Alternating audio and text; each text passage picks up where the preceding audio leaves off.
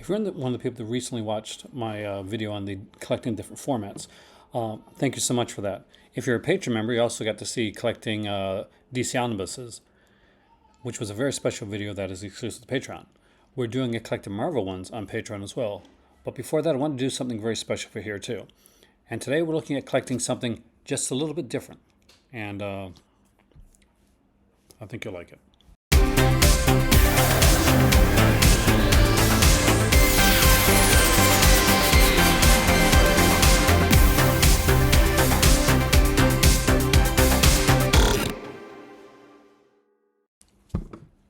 I've been collecting for a while, movies, comics first, comics and cards, actually, bubblegum cards, trading cards. When I started collecting back in the day, all you could get was the floppies, and eventually I would go and get like the Marvel Essentials and the DC Showcase Presents. The Marvel Masterworks were kind of a little bit out of my price range at the time, and one of my preferred ways to collect right now is are the omnibuses, like as you see right there. However, there's one that's kind of a nice in between for because as these get more and more expensive, the range on an omnibus now can go at a light of around $150 to now up to $200 or so dollars. You really have to pre-order ahead of time. But what if you want a story, but you don't want to put in that much money? Not everything needs to be into the big oversized format. It can be, and if you can afford, you got the bones to do it. That's fantastic. However, Marvel has been really good at letting you collect in different ways. And one of the greats, actually, it's not just great; it's epic. The Marvel Epic Collection took over for what the Marvel Essentials was. Now, the Marvel Essentials were a black and white phone book sized series of comics that were done, like basically the X Factor, X-Men, and they were great, but they were cheaply done, and because of that they were very inexpensive to buy. Now, Marvel Essentials are in full color. There are some features in these here, and the way that these work is that there is nothing on the side. As I mentioned in the previous video, the numbering is right here on the back. So it'll give you the number, the volume number, and it'll give you basically the year. So this is volume 1, and it is for Venom from 1984 to 1992. It'll list the stories that are included in here, both the comic books and the material from certain comics. So they'll say, like, we'll have like Amazing Spider-Man 250, 300, 315, 317, and it'll have material from like Amazing Spider-Man 388 and like annuals 25 and 26. So when there's like certain pages or like maybe a backstory, something that includes the character, that'll be included as well. One of the nice things about this is its size. This is very easily portable, and it's very easy to read. I have a specific type of a kind of a pillow, I guess you call it, kind of a stand, a pillow-like stand that I use to read my omnibuses on, because those things are heavy. You don't want to be holding those things up. Unless you're Schwarzenegger size, you're not holding up and reading an omnibus at any length of time, and I really don't think Arnold Schwarzenegger's doing it either. But these are compact, they're easy to read, and they include a lot of story in there. Normally, one of these here includes a complete storyline or story arc. So although it doesn't have like the 1,000 to 1,200 pages that Anonymous has, like they run around 400 to 500 pages. So you can get some shorter ones, especially like the Conan ones, be around like 300 or so.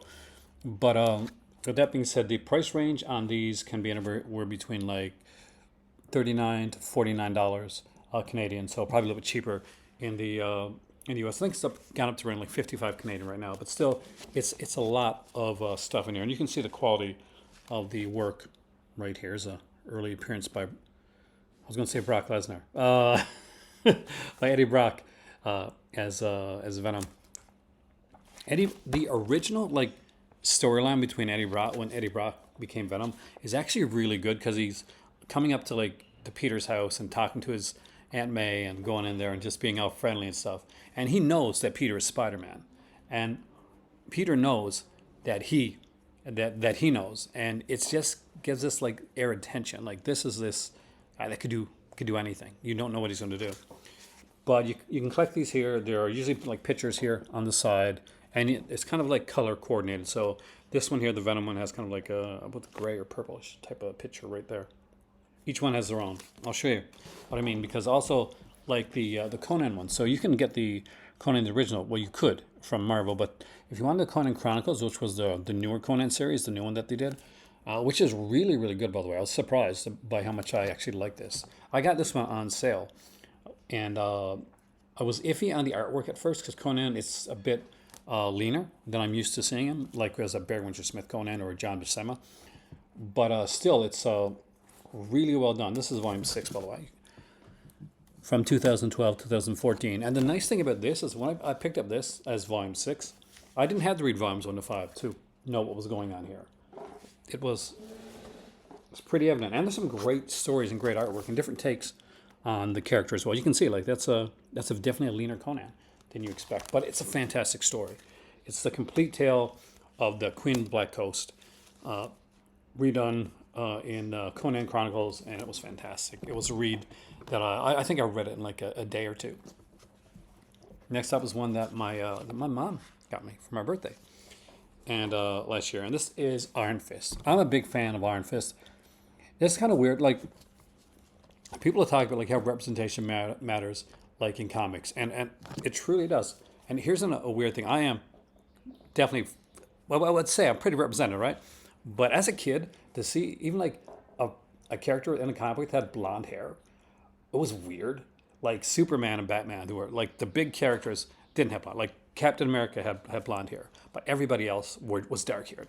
But there was Iron Fist, and he knew kung fu. Like he was Kung Lan, and it was amazing. And it mattered. It meant something to me. I used to read this character. As you can see, this is the first appearance of Sabretooth. So Sabretooth got his start here in Iron Fist. And it's just great. Like, this is one of the earlier ones. This one actually went out of print. It's come back in print now. But you can tell that the newer ones had like this kind of this glossy like page, and the older ones had kind of like this older school like comic book print. So when you get, if you see like a reprint, for instance, of these would normally be like the originals would normally be a bit thicker than the reprints, because reprints use a glossier paper and the older ones use kind of the older comic book paper. I found this one, another early one, at a Value Village, and I was so stoked because this is a huge one too. So this is Silver Surfer Thanos Quest. It is number 6. Got something for number 6, I guess. From 1990 to 1991, includes Silver Surfer 39 to 50, annual number 3, but most importantly, Thanos Quest number 1 and 2. It is a great, great book, and Thanos Quest really has nothing to do with Silver Surfer himself, but it's got some great stories there. And like, just look at this, like Jim Starlin and Ron Lim.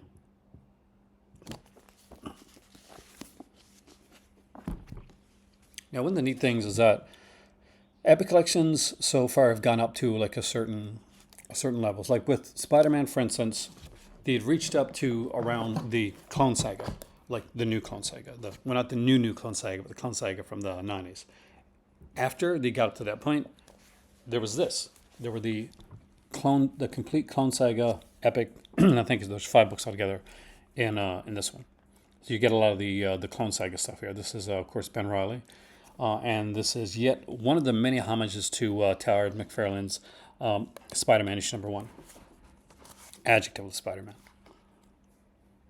And you can see this was an early one. Now, will they like kind of redo this here, like in the later on in the Epic Collection? I'm not quite sure. But they also did it for Tomb of Dracula as well. Tomb of Dracula was done with complete collection as well. So the harder thing, like, to understand about some of these complete collections is if you weren't a comic book fan, or say you're just picking up something for somebody and you didn't know, and you saw the complete collection here, then I'm going to pick this book up. This is a complete collection, but it's not. It's a volume of the complete collection. When it says a complete collection down below, what they're basically saying is, we promise we're going to print them all. This is part of the complete collection. And I know that can be confusing. So I always say, when you're starting out, if you've not read a lot of comics, or maybe you're unsure of where to focus, the Epic Collections are where you look at first. Omnibuses can be, unless you can get them at a really good price, before you go into them, before you go like straight into the omnibuses, epics are great places to start. It's a great one to find out, hey, do I like this character? I did not know for sure if I was going to like the modern interpretation of Conan. I really, really did. Will I get more Conan Chronicles now because of this? I definitely will. These are really good books, fantastic stories, and I love this. I love the character, I love the tale, I love what was told.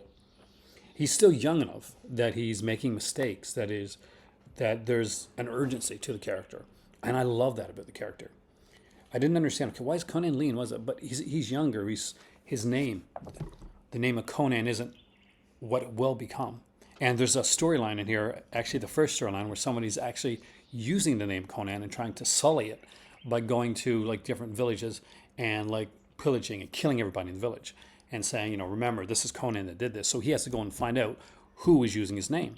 And it relates to somebody in his past. Say, for instance, you just think, I kind of like the character Venom. I've seen him in like a movie or watched the 90s cartoon, but I'm not quite sure how I'm going to like the kind of the comics. Well, here you go. Here's Venom. This is one called Symbiosis. It's the very first one. You want to get the start of Venom, origin of Venom. Or maybe you don't want to start here. Maybe you want to start somewhere else. Well, there's other volumes that are out there as well. If you're somebody that wants to look at the early years of Spider-Man but want to get the omnibus, you can go pick up a epic collection of Spider-Man. Or just say you want to bypass those early years altogether and you want to grab a story arc or something that isn't an omnibus format, because there's lots of stuff that's not available anymore. David Michelini's run went from Todd McFarlane to Eric Larson. Like, he had a huge run on Spider-Man. Not everything is in oversized format right now. And the Eric Larson, David Michelini run on Spider-Man, it's out of print.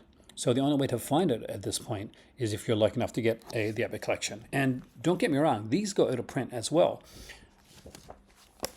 But they have some amazing stuff. You have like artwork. Afterwards, some of these will have like Marvel Age or Fred Hembeck like cartoons. Just a lot of different stuff included in these here. I find that the early ones probably had a little tiny bit less, but even the really early ones, they had some stuff like the unaltered artwork from the original comic strips, which that was fantastic because you got to see like the black and white art there, and seeing stuff like things from Marvel Illustrated. This here literally is an article from a bit Silver Surfer from Marvel Illustrated, the swimsuit issue, and there's a Fred Hembeck cartoon right there. Anyway, that is a great way to start collecting. If you're lucky enough to go to your local charity shop and something and find some epics there, I do recommend you picking one up and trying it out. You may find a character that you don't know you like. You may have your next favorite character. And sometimes it can be a little bit, even if you are collecting and you have characters that you like, there may be a character that you aren't quite sure of, that you don't quite know if you like them or not. This is a good way to get to inexpensively find out if you like someone, if you want to collect someone. And if you like the epic collection, then you can keep collecting them in epic format. Or maybe you'll like the characters so much that you want to get their stuff in oversized format. And then at that point you can say, okay, I want to save up and get myself a Silver Surfer omnibus. It's the best way to find out. Not everything's collected and not everything is inexpensive to get. But Punisher is a perfect example of a character where they put out different runs of the Punisher with different people, from like Mike Baron to I'm not sure if they had Abner, but they had like a few different Punisher runs there from different epics. So check them out. Epic collections are a fantastic way to start and a great way to get your foot in the door. But I will tell you this thing right now: just like omnibuses or comics or anything else, they become very, very addictive. I am Aaron. Thanks for watching. This has been the Call to Comics. I will see you soon here again to talk about, well, kind of behind me, Vinegar Syndrome for the Halfway to Black Friday sale, as well as keep an eye out on my Patreon for the Collecting Marvel Omnibuses, the Call to Comics way. See you there. Hi there. I want to give a special shout out to my amazing patrons. You guys are awesome, and I cannot wait to see you guys in the Crimson Cult again, where we can actually do some cool live chats. We got a lot coming up, and if you want to join this incredibly awesome group of people that you see scrolling down below, the link's down below.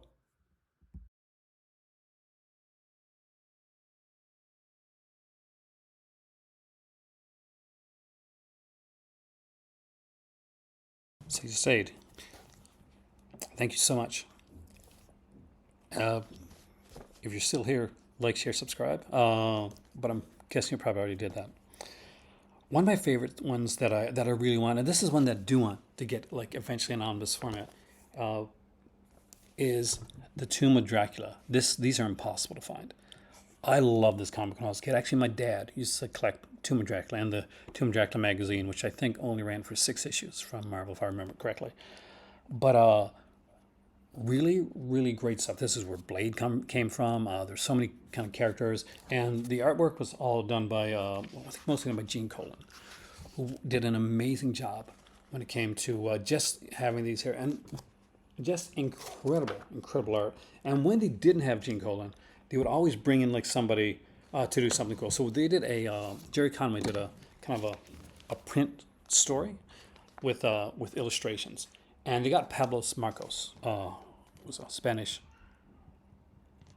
artist, to work on it. So you got this like great story here with some incredible artwork. Some very, just enough to kind of get you interested. As for like the when it came to those, remember those magazines I told you about? Well, here's one of the covers of one of them right here. It was called Dracula Lives. It was done in black and white because with black and white they could get a little bit more intense with their stuff. And just a picture of one side, we got like two of the greatest vampires of all time, two of the greatest Draculas. We got Bela Lugosi and Christopher Lee. Anyway, have a great day, and I'll see you here next time.